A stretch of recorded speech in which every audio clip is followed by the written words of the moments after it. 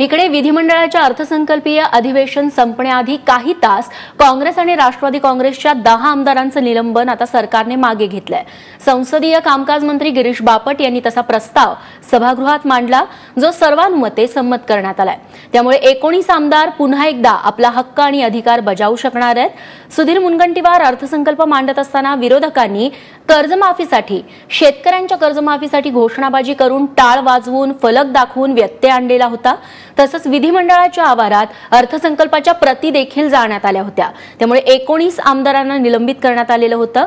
दरम्यान शिवसेना अर्थसंकल्पाच्या बाजूने मतदान करेल याची खात्री नसल्यानं सरकार वाचवण्यासाठी फडणवीसांनी ही खेळी केली होती, असा आरोप देखील विरोधकांकडून करण्यात आला होता।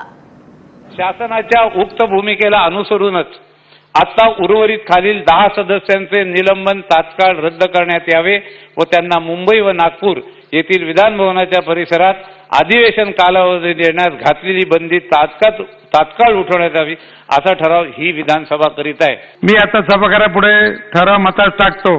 अनुकूल असतील त्याने होय म्हणावे, प्रतिकूल असतील त्याने नाही म्हणावे।